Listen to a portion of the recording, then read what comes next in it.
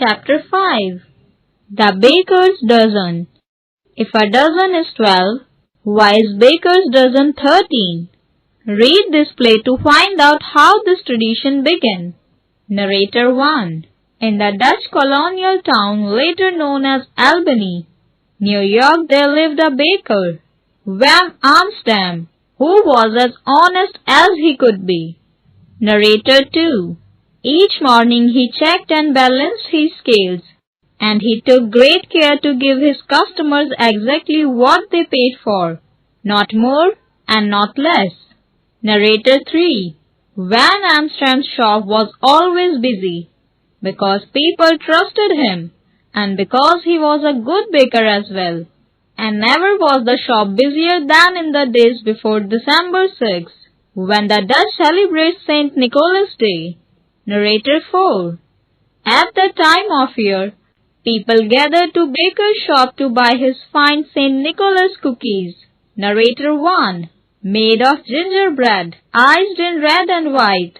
They looked just like St. Nicholas, as the Dutch know him. Narrator 2.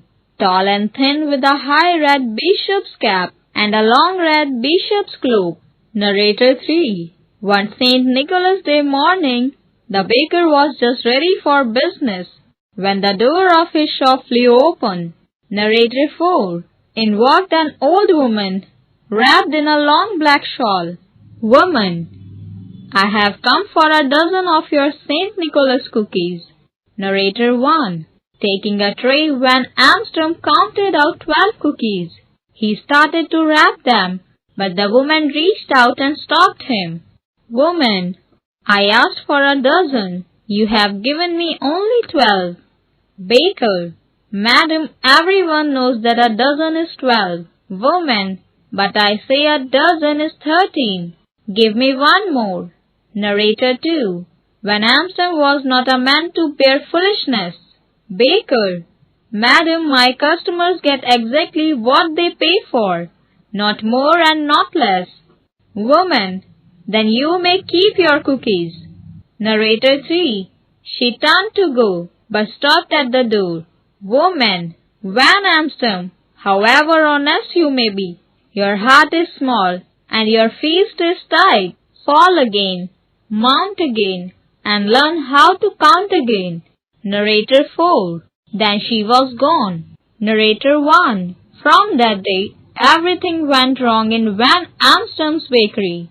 Narrator 2. His bread rose too high or not at all. Narrator 3. His pies were sour or too sweet. Narrator 4. His cakes crumbled or were chewy. Narrator 1. His cookies were burnt or doughy. Narrator 2. His customers soon noticed the difference. Before long, most of them were going to other bakers. Baker to himself, that old woman has bewitched me. Is this how my honesty is rewarded? Narrator 3. A year passed. Narrator 4. The baker grew poorer and poorer. Narrator 1. Since he sold little, he baked little, and his shelves were nearly bare. His last few customers slipped away. Narrator 2.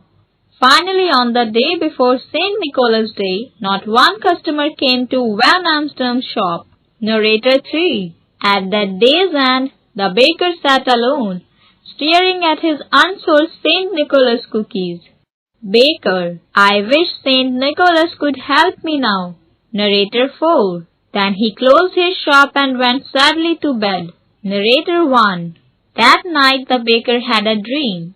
He was a boy again, one in a crowd of happy children, and there in the midst of them was St. Nicholas himself. Narrator 2. The bishop's white horse stood beside him, its baskets filled with gifts. Nicholas pulled out one gift after another and handed them to the children. Narrator 3. But Van Amsterdam noticed something strange. No matter how many presents Nicholas passed out, there were always more to give. Narrator 4.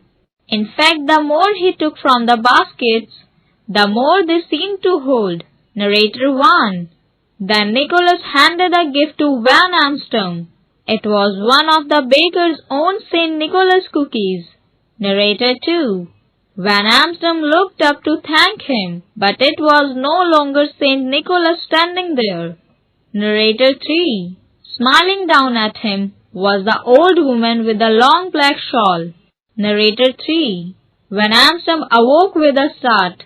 Moonlight shone through the half-closed shutters as he lay there thinking, "Baker, I always give my customers exactly what they pay for, not more and not less. But why not give more?" Narrator 4. The next morning St. Nicholas Day the baker rose early. Narrator 4. He mixed his gingerbread dough and rolled it out. Narrator 1. He cut the shapes and baked them. Narrator 3. He iced them in red and white to look just like St. Nicholas. Narrator 2. And the cookies were as fine as any he had made. Narrator 3. Van Amsden had just finished, when the door flew open. In walked the old woman with the long black shawl. "Woman, I have come for a dozen of your St. Nicholas cookies." Narrator 4. In great excitement, Van Amsden counted out 12 cookies. Narrator 1. And one more. "Baker, in this shop from now on, a dozen is 13. Woman, smiling, you have learned to count well. You will surely be rewarded." Narrator 2.